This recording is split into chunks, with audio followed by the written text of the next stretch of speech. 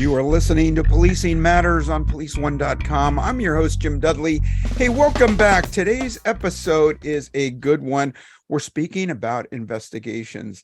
I find myself saying, we don't usually talk about true crime on the show, but I'm giving up on saying that anymore. Today, we have a fascinating story of a dogged, multidisciplinary investigation that started at an arson fire scene and ended nearly a year later with solving a homicide. Our guest is William Powers, a retired detective lieutenant from the Massachusetts State Police and currently back with the department as the civilian training coordinator and classroom instructor. He has an extensive history of accomplishments in all phases of investigations and training. He recently published When the Smoke Cleared, a murder mystery in Malden. It's currently available on Amazon. I've got a copy. You got to take a look at it. As the title suggests, the story is about the investigation, arrest, and prosecution of a murder suspect. Bill was the case supervisor, and so this nonfiction story is written in a first-person narrative from the crime scene through the jury verdict and a bit beyond. The book is thorough and true to a fault. It is an excellent source as both a police and courtroom procedural, but there is also the heartbreaking yet inspiring story of how the victim's family dealt with their loss, and instead of spinning out of control, found a way to succeed and thrive because of it. The book is written for those who enjoy reading true crime, but more importantly, it is a primer for college classes on police procedures, forensic, fire sciences, criminal law, and courtroom procedures, and some courses on deviant sociology and psychology. Wow, Bill, your resume, I could spend a whole show reading your resume and your accolades. Well done, sir. Welcome to Policing Matters, Bill Powers. Thank you, sir. It's very good to hear from you, Jim. I appreciate the opportunity to come on and speak about this case. Yeah, well, it's our pleasure. Your book is about one particular case. Tell us a little bit about it. So it's about the one particular case, because honestly, in my career, I probably had close to 200 homicides that I was part of the investigation of, whether as the direct, case officer or as a supervisor. And they all have some meaning, and some more than others, but no case had more that stuck with me forever. And from the moment not from the moment, but early on in this case, I thought somebody needs to write a book about this. And as you know, in our careers, people constantly say, "Hey, you really ought to write a book." And we always say, yeah. But this case just stuck with me. And even though it's 20 years later, I've been working on it for 6 years and did a lot of work that led up to me even starting to write it. So it's one of those. Starts out as a whodunit. It starts out with the Malden Fire Department responding to a small fire in the function room of a condo complex in their town. And when they extinguished the fire, which had pretty much put itself out because an overabundance of gasoline was used to start it, and the sprinklers caught it. But the name of the book comes from what happens next when the smoke cleared. As they vented the windows, cleared the smoke, and started to empty out the water, they started to notice what they considered something that was beyond their realm. They have a very good relationship with the detectives on the Malden Police Department, and one of the particular detectives, John Rivers, is an arson specialist. He had actually trained the fire chief and the commanders there that when you have something that looks like it may be in criminal nature, then call us right away. John was on his way into work. He got a call and went there right away. And when he got there, the overwhelming smell of the gasoline led everybody to believe immediately that it was an arson. And John also has a great working relationship with the fire marshal's office for the state, which is manned and is investigating. Arm of that is other state police offices. He called them right away. They came in. They brought with them their accelerant sniffing dog, Lucy. And they together started to work the case. There was some furniture tipped over, and there were noticeable signs that appeared to be blood, but they weren't sure at that time. Lucy, who generally is a very calm, finds an accelerant, sits down and gets fed, kept lapping away at the water. And her handler said to John, I don't know what's going on with Lucy. She generally just sits and waits. And the only time I've ever seen her lap up water is if there's either blood in it or some decomposition. And as the water receded, the bright blood stains became more obvious. And at that point, they called my unit in to work with them as both an arson case and a homicide case. Wow. And then you took it up running. Hey, so you're state police. Yes. And this happened in Malden in Mass. Mm-hmm. And is that a small jurisdiction? Why'd the state police get involved? So Massachusetts, as I've learned, is pretty unique in this way of handling death investigations. But our legislature created statutes long before my time. They've been on the books for at least 50 years. And what they do is they lay out the role of the medical examiner, and that role is to be cooperative with the district attorney's office and the police, but also they control the body, the victim.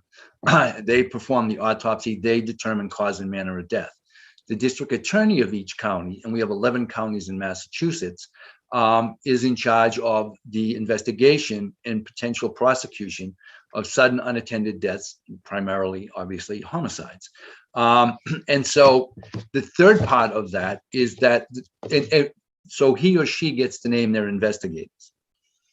In every instance in the Commonwealth, with the exception of Boston, Worcester, and Springfield, and Pittsfield, which is in far western Mass, the DAs historically have given that responsibility to the state police.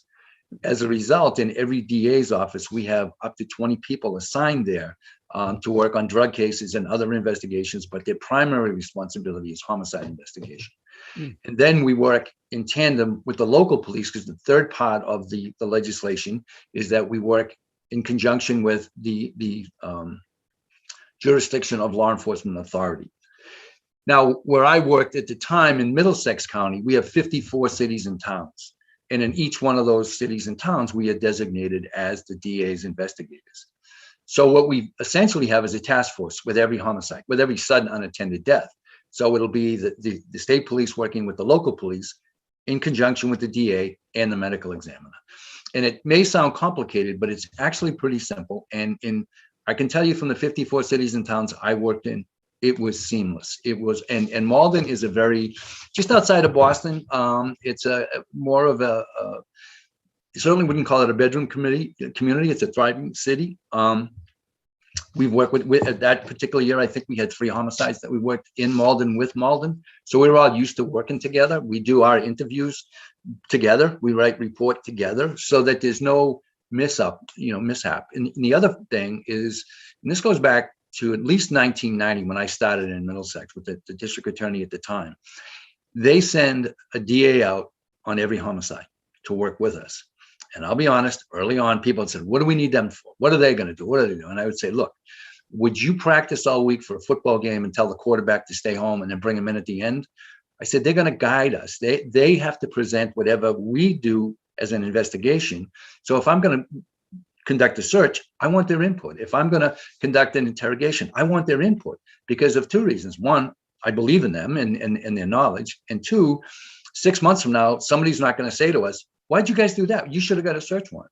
Well, we all sat around the table and we discussed it, and we sit around the table constantly and discuss these things. And it works out seamlessly. And you'll see in the book, as it goes through, a lot of this book, more than just the actual investigation, is dedicated to presenting the case, a very difficult circumstantial case at trial. And if we hadn't worked hand in glove with Adrian Lynch, who's the DA assigned to the case, I know we wouldn't have got to the finish line the way that we did. Yeah, and I've got to say this with great appreciation, knowing your background, Bill, over 40 years in policing. You're an old war horse. Yeah. And multidisciplinary investigations tends to be a newer realm of investigation. And you come from the era of the silos, right? Where we operate in our own separate little boxes and we get together at the end. That's really impressive that you guys have been having that kind of cooperation, not only with other departments and agencies, but the DA as well. It really has been, it makes you look forward to going to work every day. You know what I mean? As a friend of mine once said, I love what I do. I just don't always love what I have to do. If that makes sense. And I've never forgotten, you probably told me it 40 years ago, but it's like, I love going to work with the guys that I work with. I love working with the local police. I love working with the DA's office. It was just always, and we do a lot. We just did a training about a month ago. And one of the protagonists in the book, who's Adrian Lynch, the DA, always comes and speaks, has never said no. Duke Donahue, who was the young trooper that was assigned to the case, now has my old job. He's been there for 20 years running the unit. And he's become an icon because of the success rate, which is phenomenal. The success rate in that office averages 95% a year. And I think the national level right now is around 50, 55. But it's because of the working relationships that we all have. And that goes beyond that. It goes into the forensic sciences. It goes to working with the crime lab people. In this case, what really became a big issue beyond the actual homicide investigation was the arson part of it, because we developed a suspect, I hate that term, a person of interest within the day. And he was a resident of the building, and he was a little bit quirky and a little bit dangerous, and come to find out a lot more dangerous than people thought at the time. But the troopers that are assigned to the fire marshal's office, they do hundreds of fires every year. But they also develop friendships with private investigators, because those people come in on the civil end on a lot of cases, but they learn to work together. And in this particular case, there's a guy that's a worldwide recognized expert, volunteered for basically nothing to come on board and be our key expert witness, because it was the death of a young child. As it turns out, without giving away the book, as it turns out.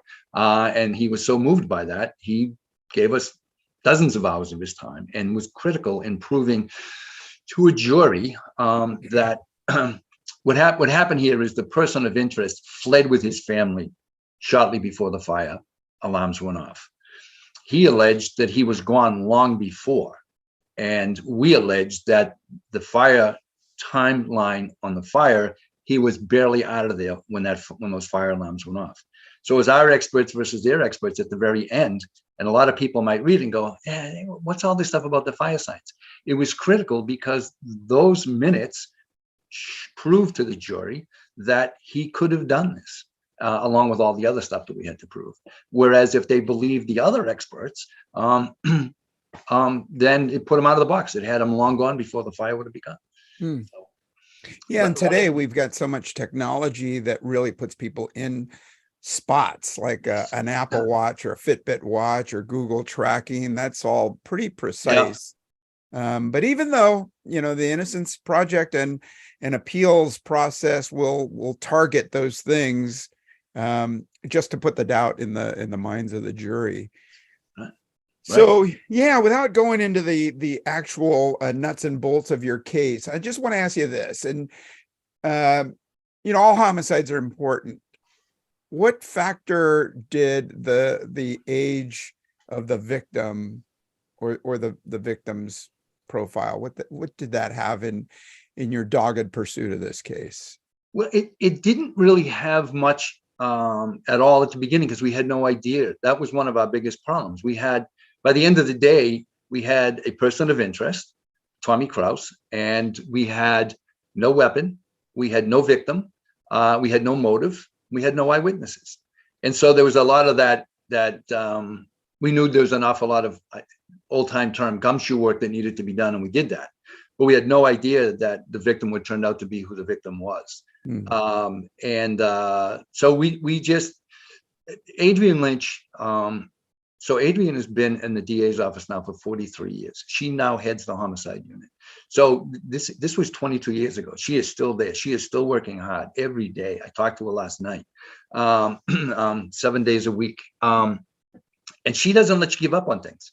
She just, no matter how much you may say, we got all these other cases that we're working regardless. No. We're going to sit, we're going to meet, and we're going to find out what are our next steps and how we're going to approach this. And she was so determined Once we, began the investigation and realized who probably started that fire, to at a minimum go after him on an arson charge, that she continually worked with the fire marshal's office to put together that arson charge. And then in the midst of all of this is when we discover our victim. And at that point, our victim, being of a young age, certainly ramped things up in certain ways. More determined, I guess, than ever. Not to say we weren't determined, but more determined than ever. And it creates you to do. We went back and did a complete recanvass of everybody that we had talked to, and there were 70 or 80 people that we had talked to, because now we knew. Now we knew more than that it was just an arson fire, and history tells us this, that people will, maybe they were in the wrong place at the wrong time and they don't want to talk to you. Maybe they saw something but they didn't think it was that important, so they don't tell you. Maybe they saw something that they thought might be a little bit of importance, but they didn't want to put themselves in the middle because, hey, this happened where I live, and I don't know what's going to happen to my family if this person gets mad at my family. Mm-hmm. But when you determine the outcome or who the victim is, and now you go back and talk to people on two particular occasions, people said to us, look, I knew more at the time, but I just thought, the clown started a fire and took off. I never realized that there was a death. And they did see things, not extraordinary things that they hadn't told us before, but enough that when you're trying to cement together a 55 pieces of a puzzle, and show the jury beyond a reasonable doubt the case, the two things that these guys brought forward helped. And there was a further one where someone that Krause had become friendly with and had been open with about what he had done was willing to testify on our behalf. He came to us because it was the death of a 14-year-old girl. Mm-hmm. And if it's two guys in a fight and somebody dies, maybe somebody never comes forward.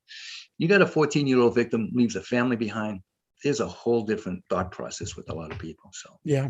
In your book, you detail a lot in the actual courtroom as the courtroom case plays out. A lot of the story comes out, a lot of the investigative techniques. So I recommend to the readers or the listeners, get the book. You'll be intrigued by the path that it takes. Let's lighten it up a little bit. You told me a story before we started recording, and it's about investigations. And you and I share some things in common. And one of them is I love the Boston area, love going out there. One of my FBI, we both went to the FBI National Academy. One of my classmates there, the president actually of our class, Deputy Chief Artie Ryan from Lowell, Mass. He was just the greatest guy. And I totally understand you because of my indoctrination of listening to Artie speak. And it took me a while to understand what he was saying, but because of his Boston accent, but greatest guy. And Artie, and you have a great forensic story, or an investigative story about Artie.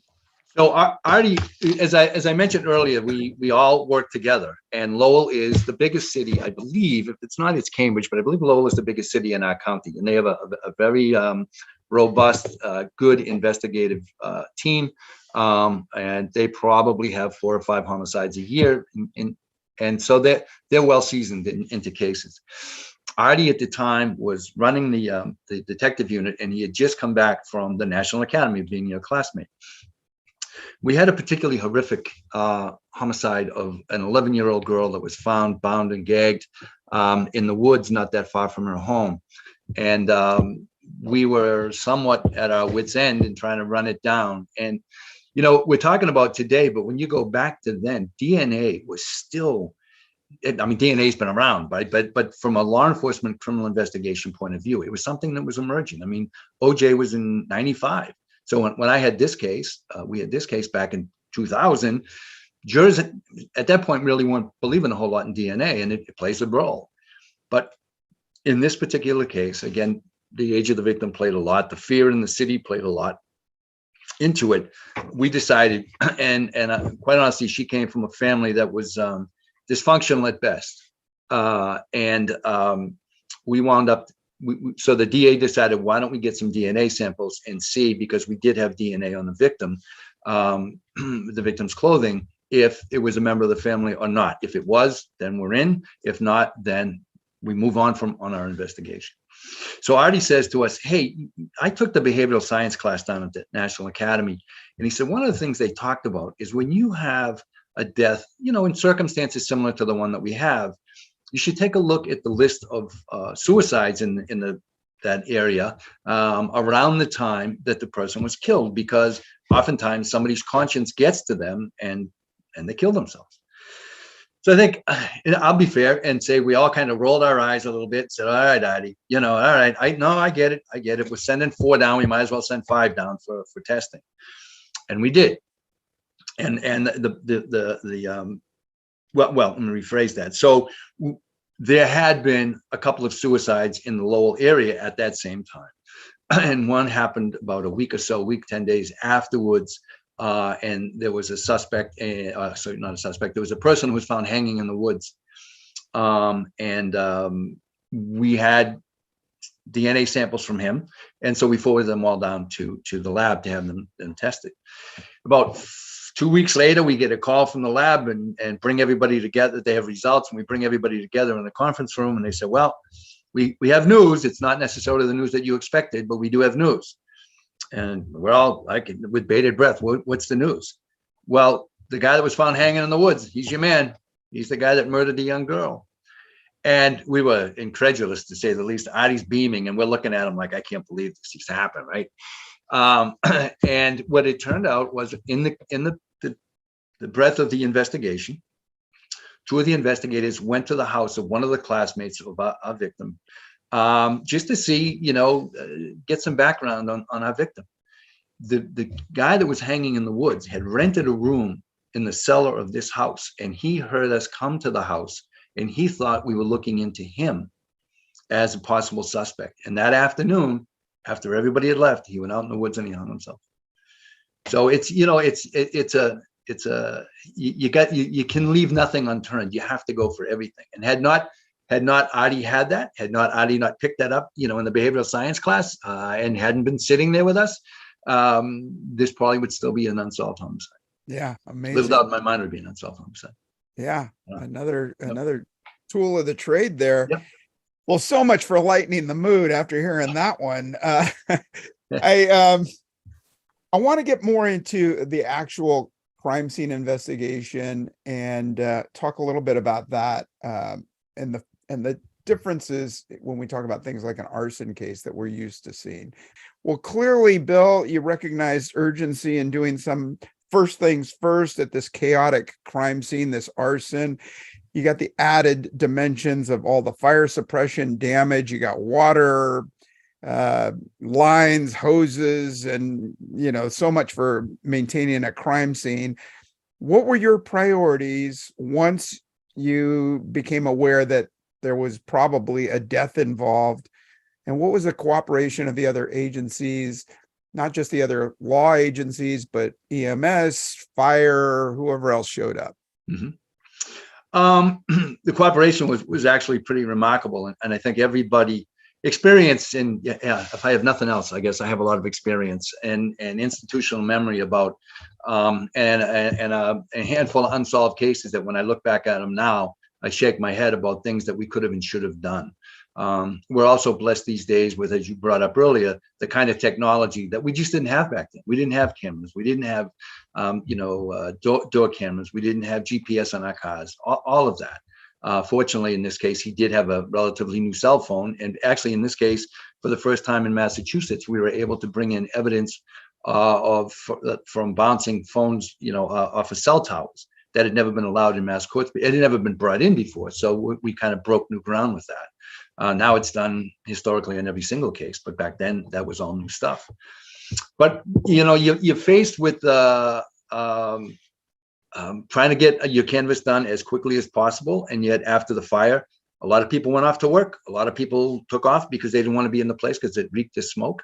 And trying to get them and get their stories down, because as you know, from your years of doing this, that you can't contaminate that. You don't want to contaminate a scene, but you can't contaminate their thinking either.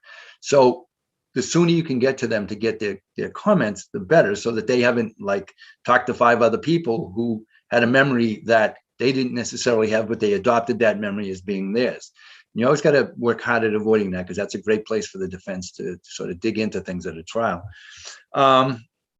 Because we had a wet scene, crime scene personnel could do so much, but they needed a drier scene, for example, to go after fingerprints, and certain photographs to be done right, needed that. To process the chairs and the table, they needed to dry off.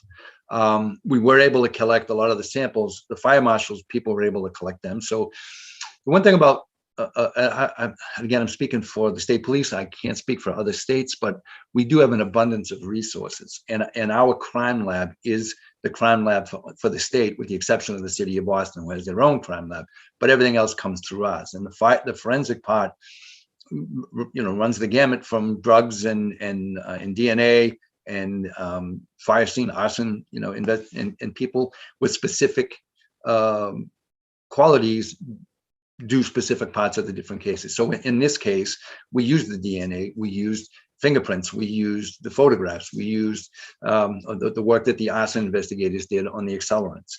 And then we brought in people that were specialists.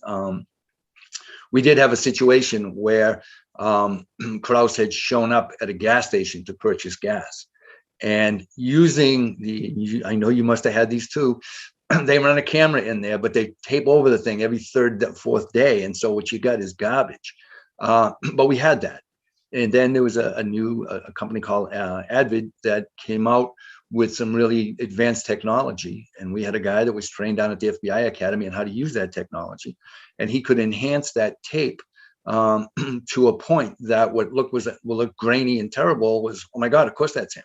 So we were blessed with that new technology. Again, that is technology that is now used all of the time. But it was having that kind of knowledge from past experience to reach out to talk to the right people, to bring the right people in.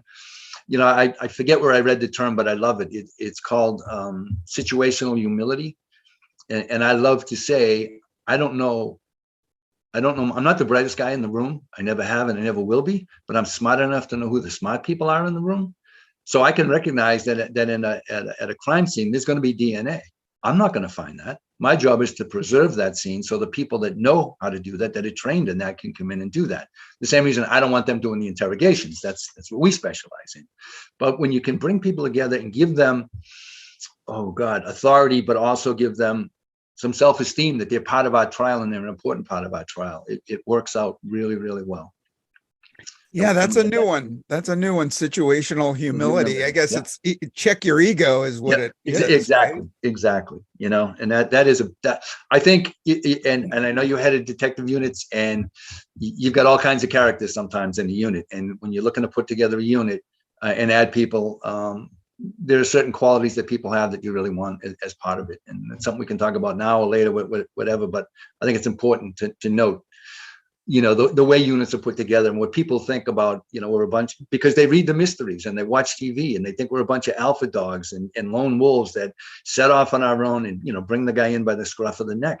It doesn't work that way. It won't work that way. And I go to that old comment, individuals win games, but teams win championships. And that's the way I look at this, right? You may do good work on a particular case and good for you, and you won, and we're going to win that case.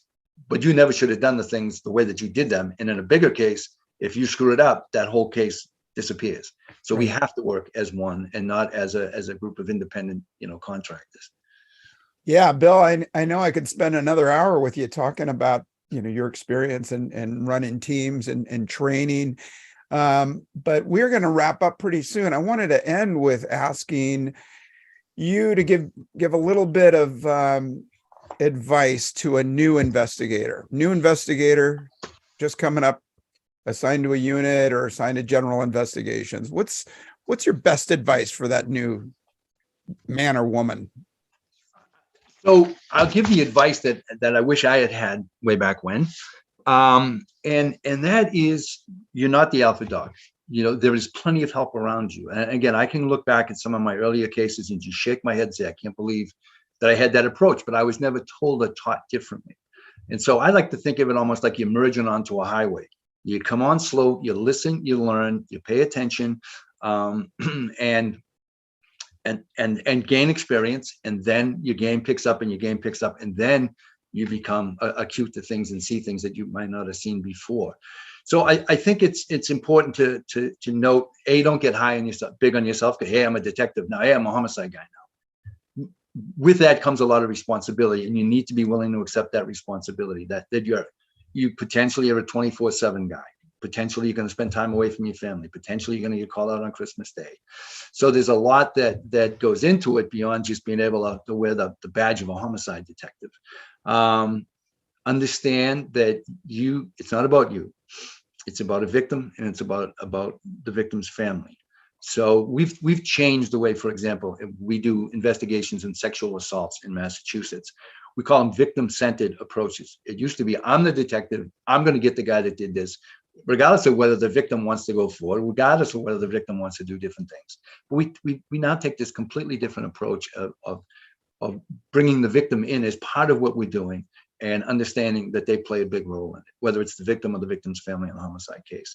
And that historically isn't something that we ever did. And it wasn't the easiest transition, because some people, we're the warriors and that's what we're going to do. And, as you know, in this day and age, between the warrior and the guardian, who are we and all, we're a little bit of both. We're a lot of bit of both. And I think guys that are coming into it, male and female, need to have an understanding that they are one cog in the wheel, that we work with the district attorney's office or the county prosecutor's office, because ultimately they're going to take our case to trial, and they need to know. We need to educate them as much as they need to educate us.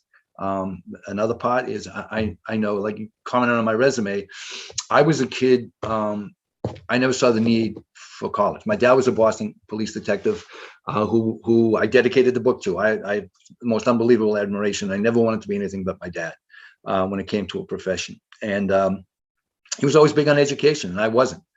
I quit college to get on the state police, and I very quickly learned you got to be smart in this profession. You can't come in and it's not rough and tumble, roll them around, cuff them, throw them in the back of the cruiser and get them in.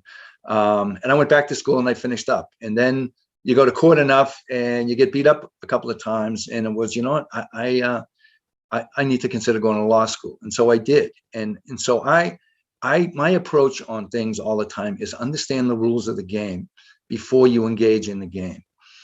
Because, as I say, the longest hit in the history of baseball, if it's 6 inches left of that foul pole, it's just a foul ball.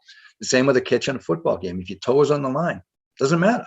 So if you can do all kinds of great yeoman work and you screw up on a search or you screw up on an interrogation or an eyewitness identification, your case is gone. How do you then turn around to a family and say, I'm really sorry. The person that was responsible for the death of your child or your injuries or your sexual assault is going to be on the street because I didn't do my job. It weighs heavy on your shoulders, but if you just kind of ease into it, it works out pretty well. And I will tell you from the other side, if you're going to be interviewing to be a detective, in my history, my experience as a boss, who am I looking for? I'm looking for somebody that blends, that is a teammate and wants to play the team game. That's intelligent, that is willing to work hard, and has a track record, if you will, of showing that they don't just go out and ride around for 8 hours and come back in and say that it's my shift. And I know it's more difficult now than these last few years have made it more difficult in certain ways than it ever was before. But it's a profession that we choose because we want to help people. Don't let the other folks to get you off your game of why you wanted to be a police officer in the first place. So I know that's great advice, Bill. And you remind me of so many great not just detectives but cops who, when I've seen them at the investigation scene, they let the victim or the witness or the suspect do all the talking. But when you get back into the office, one of my investigative offices had 30 guys. It was the violent crime unit. And when someone like you started talking in that office, the place got quiet and all you could hear were the chairs squeaking to turn to listen to that individual. And when we have people like that who reach retirement and walk off, and, grab that fishing pole or boat or whatever they get. That's it. But I think we need to be so grateful to people like you who stick around and go back and train the new people. And Massachusetts State Police is lucky to have you do that and share your experience with the new people. And I want to thank you. It's been an honor talking to you, and can't wait to finish your book. When the Smoke Cleared, a murder mystery in Malden. Thanks, Bill, for spending so much time with us. You're more than welcome. And if people want to, that book is available on Amazon, but I also have my own website, which I'm still working on. I kind of put it to the side a little bit, to make sure I get the book finished. But there's a blog to it, and I've got some plans going forward. I'm not ready to retire either. But that is a simple Powers on Policing, all one word, powersonpolicing.com. And you'll see more of my bio in there and more other comments. But Jim, I really appreciate that you asked me to come on, and hopefully we can do this again sometime. For sure. Right. Hey, take good care. Great talking to you. You too. Thank you, sir. Bye-bye. Hey, and to our listeners, I hope you enjoyed listening to Bill Powers. You will learn so much more if you pick up the book, When the Smoke Cleared, a murder mystery in Malden, about an arson fire and the dogged investigation and the courtroom experience trying the case. Hey, let us know what you think. Drop me an email, drop me a line at policingmatters@policeone.com, policingmatters@policeone.com. I'm Jim Dudley. Hey, stay safe out there, and hope to talk to you again real soon. Take good care.